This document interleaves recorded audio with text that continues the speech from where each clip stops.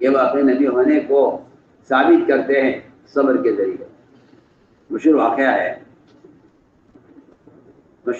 ہے زید بن ثانہ یہودی عالم تھے۔ زید بن ثانہ ایک یہودی عالم تھے جس آپ صلی اللہ علیہ وسلم کی صفات اور آپ کی علامتیں اور آپ کا حلیہ اپنی کتابوں میں پڑھا تھا۔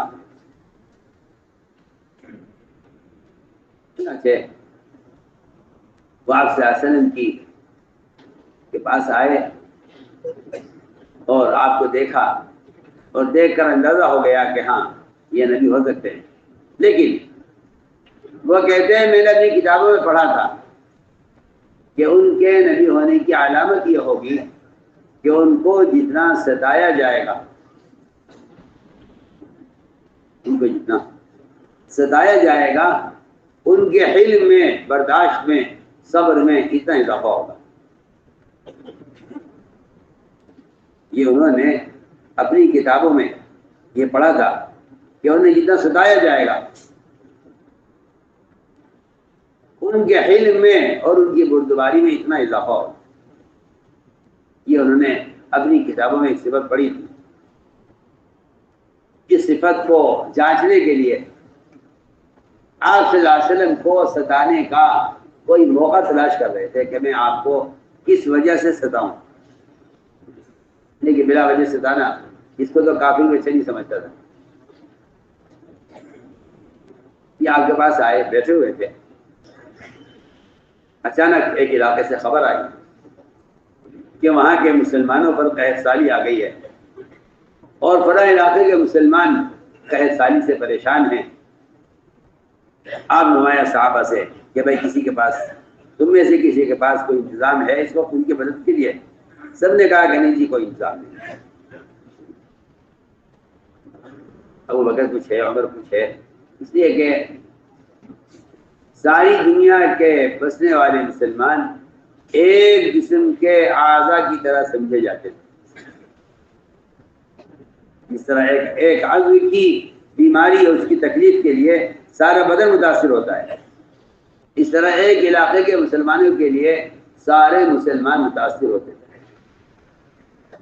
اس کے علاوہ کچھ نہیں ہے۔ یہ زید بن ثانہ بیٹھے ہوئے تھے، انہیں موقع اچھا لگا کہ آپ صلی اللہ علیہ وسلم کے ساتھ معاملہ کیا جائے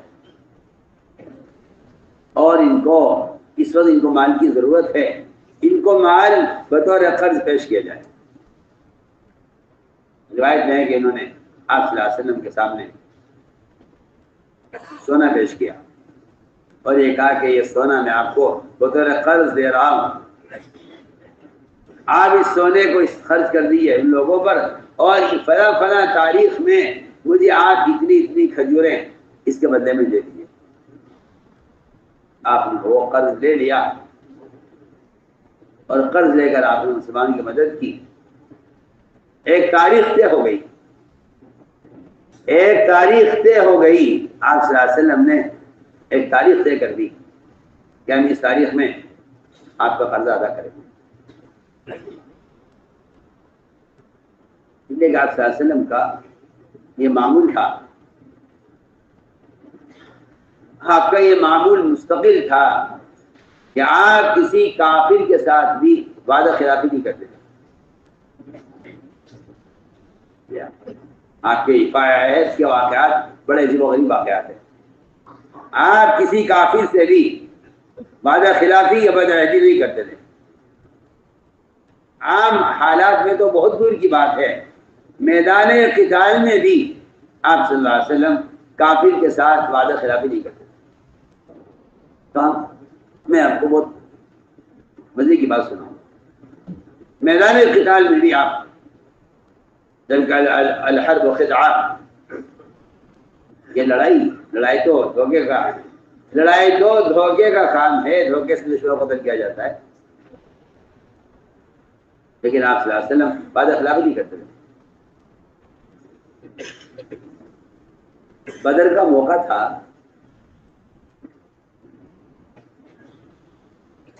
آپ صلی اللہ علیہ وسلم جب بدر کی جنگ کے لیے چلے اپنے صحابہ کو لے کر. میں درمیان میں آپ کے وعدہ وفائی کا ایک واقعہ عرض کر رہا ہوں. جب آپ بدر کے میدان کی طرف چلے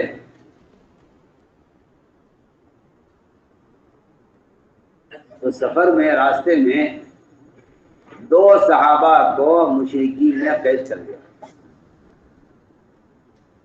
نئے مقیم سو رہے 2 صحابہ کو مشرکین نے قید کر لیا. ایک فضیل ایک حذیفہ رضی اللہ عنہما، یہ 2 صحابی تھے، ان کو مشرکین نے قید کر دیا. ظاہر بات ہے کہ قید اس لیے کر لیا کہ یہ مقابلے کے لیے نکلے تھے اور جنگ ہو رہی تھی. دشمن کے آدمی کو قید کرتا ہے اپنی حفاظت کے لیے. ان دونوں کو قید کر لیا مشرکین نے. آخر میں کہ 2 صحابی نظر نہیں آ رہے ہیں. چنانچہ یہ دونوں مشرکین کے قید میں. ان دونوں نے کفار سے یہ کہا کہ اگر تم ہمیں چھوڑ دو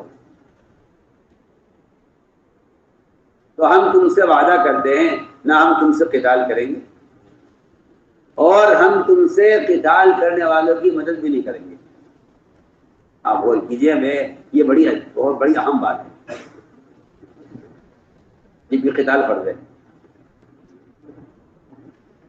انہوں نے اپنی جان بچانے کے لیے اور کفار کے قید سے نکلنے کے لیے انہوں نے یہ کہا کہ ہم تم سے وعدہ کرتے ہیں کہ ہم تم سے لڑیں گے بھی نہیں، اور کوئی اگر تم سے لڑے گا تو ہم اس کی مدد نہیں کریں گے. میں تم سے بہت بنیادی بات کر رہا ہوں. اللہ اکبر. مسلمان اتنا سچا ہوا کرتا تھا کہ ایک دشمن بھی اپنے مقابل پر اعتماد کر لیا کرتا تھا. آپ سوچیے آپ کہ بھائی مسلمان جھوٹ نہیں بولتا. اگر یہ ہم سے وعدہ کر رہے ہیں کہ یہ ہم سے لڑیں گے نہیں اور یہ ہمارا مقابلہ نہیں کریں گے یا ہم سے لڑنے والوں کی مدد نہیں کریں گے تو ہم ان کی بات کا یقین کرتے ہیں اور ہم ان کو چھوڑ دیتے ہیں. کافروں نے ان دونوں صحابہ کی بات کا یقین کر کے ان کو دونوں کو چھوڑ دیا. یہ دونوں وہاں سے نکلے اور بھاگتے دوڑتے آپ کے پاس پہنچے. میں تم کہاں رہ گئے تھے؟ رسول اللہ ہمیں تو کفار نے قید کر لیا تھا. میں کیسے تم چھوٹ کے آ گئے ان کے ہاتھ سے؟ کہنے لگے جی ہم نے تو ایک راستے اختیار کیا اور ہم نے تو ایک چال چلی ہے. کہ کیا کیا تم نے؟ کہ جی ہم نے ان سے یہ کہا تھا کہ تم ہمیں چھوڑ دو، ہم تم سے لڑیں گے بھی نہیں، لڑنے والوں کا ساتھ بھی نہیں دیں گے. انہوں نے ہمیں چھوڑ دیا کہ آگے لشکر میں شامل ہو گئے. جب آپ صلی اللہ علیہ وسلم آگے بڑھے میدان کی طرف، ان دونوں صحابہ سے کہہ دیا کہ تم دونوں بدر کی جنگ میں شریک نہیں ہوگے، تم دونوں یہاں بیٹھ جاؤ. قافلہ روانہ ہو گیا. یہ روتے رہ گئے آپ ہمیں اصحاب بدرین سے آپ ہمیں کیوں محروم کر رہے ہیں؟ حالانکہ اصحاب بدرین کا بڑا اونچا مقام ہے اللہ کے یہاں. سارے صحابہ میں جو فضیلت اہل بدر کے لیے ہے کسی کے بارے میں نہیں فرمایا جو چاہو کرو آپ کر چکے ہیں. سوائے بدرین کے بارے میں فرمایا قد غفرت لکم، تمہارے تو گناہ سب معاف کر دیے گئے، اب تم جو چاہو کرو، تم پر مغفرت کی مہر لگ چکی ہے. یہ اہل بدر ہیں. لیکن آپ صلی اللہ علیہ وسلم نے ان دونوں صحابہ کو بدر کی جنگ میں شریک نہیں ہونے دیا. فرمایا کہ ہم مشرک سے بھی جو ہے بے وفائی یا بدعہدی نہیں کرتے. تم نے اگر وعدہ کیا ہے مشرکین سے لڑائی نہ کرنے کا، تم دونوں یہاں بیٹھ جاؤ، تم بدر کی جنگ میں شریک نہیں. میں آپ کو درمیان میں ایک واقعہ سنا رہا ہوں.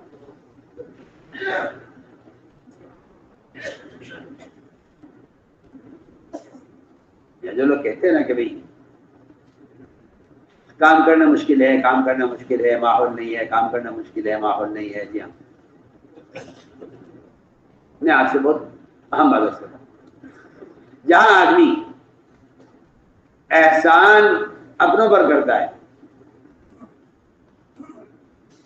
اپنوں پر احسان کرنے والوں کا دائرہ عمل بہت محدود رہتا ہے.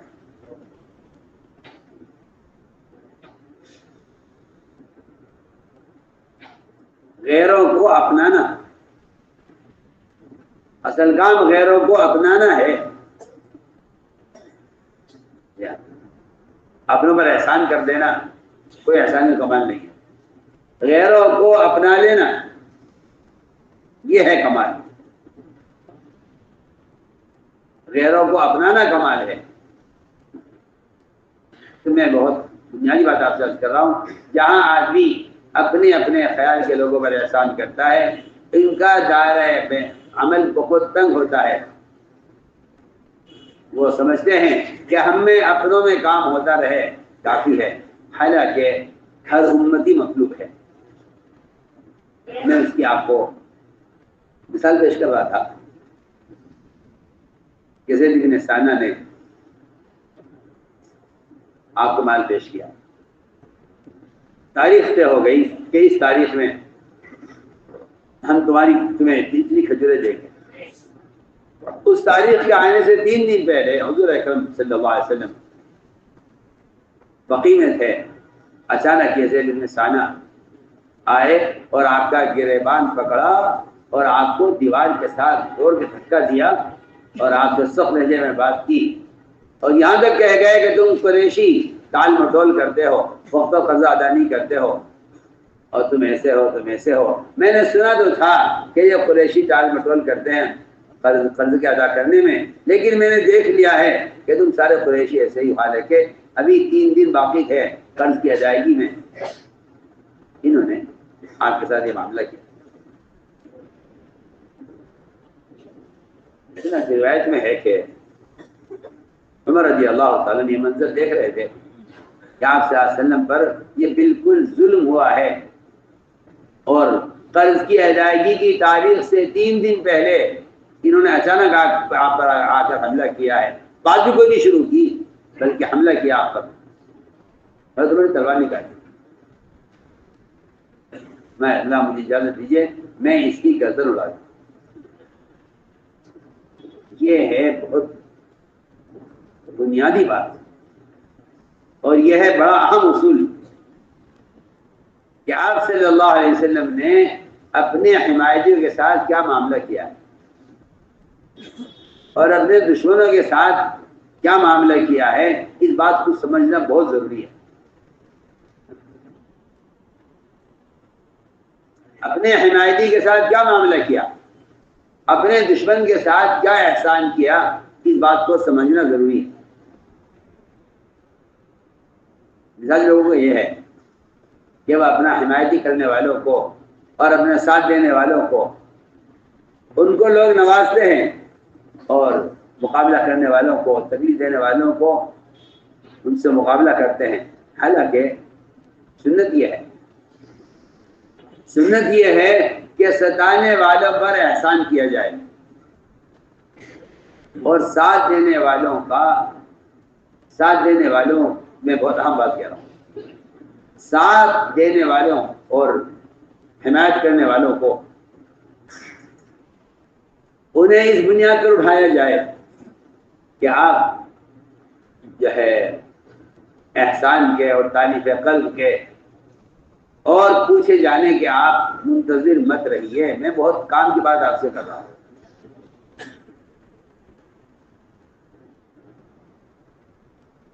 آپ احسان کے، پوچھے جانے کے، تعریف قلب کے آپ منتظر مت رہیے۔ یہ معاملہ اپنوں کے ساتھ اور ستانے والوں کے ساتھ معاملہ احسان کا ہے۔ اس کی بے شمار سیرت کے اندر مثالیں ہیں۔ میں درمیان میں عرض کرتا ہوں کہ جتنا مال غنیمت آیا حنین کا، آپ نے سارا مال غنیمت ان کافروں پر خرچ کیا ہے جنہوں نے آپ کو مکے سے نکالا تھا، اور انصار کو آپ نے ساتھ دینے والے اور آپ کے لیے سارے قبائل سے اور سارے عرب سے دشمنی مول لینے والے وہ انصار جنہوں نے آپ کو ٹھکانہ دیا، آپ نے انصار کو ایک چونی بھی نہیں دی، روایت کے اندر ہے ایک جنم بھی ان کو نہیں دیا۔ آپ نے سارا مال جتنا تھا اور ان کے غنائم سارے کافروں میں تقسیم کیے، خلفاء کو، مشرکین کو، جو نئے مسلمان تھے ان کو ان پر آپ نے ایک ایک مشرک کو آپ نے 100 اونٹ دیے.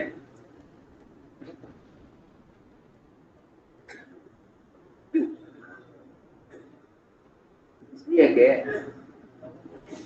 اپنوں پر احسان کرنے سے فرقہ بنتا ہے. اپنوں پر احسان کرنے سے فرقہ بنتا ہے اور دشمنوں پر احسان کرنے سے امت بنتی ہے. آپ نے انصار کو ایک چونی بھی دی, کچھ نہیں دیا.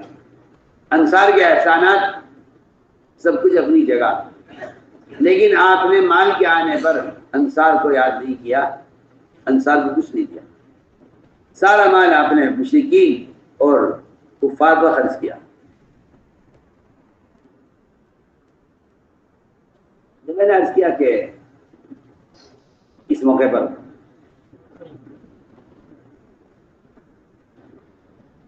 اس لیے کہ بات اصل یہ ہے کہ فساد اور جھگڑے اور مقابلہ آرائی, میں بہت کام کی باتیں آپ سے کر رہا ہوں.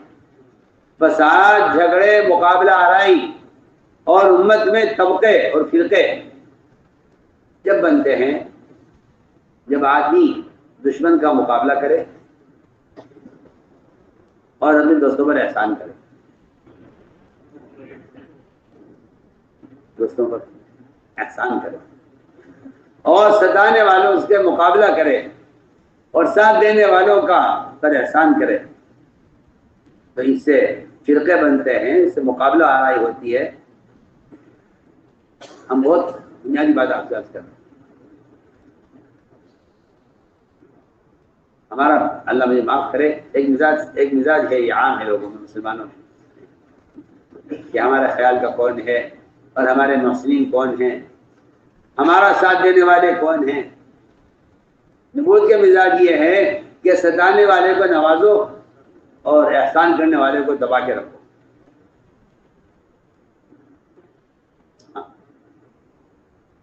اس لیے کہ دشمن کو تو اپنا بنانا ہے, دشمن کو تو اپنا بنانا ہے, دشمن کو اپنا بنانا ہے. جو اپنے ہیں وہ تو اپنے ہیں ہی, وہ تو کہیں جاتے نہیں ہیں. لیکن اس کو ضرورت اس کی ہے کہ دشمن کو اور مقابل کو, مخالف کو اپنا بنایا جائے.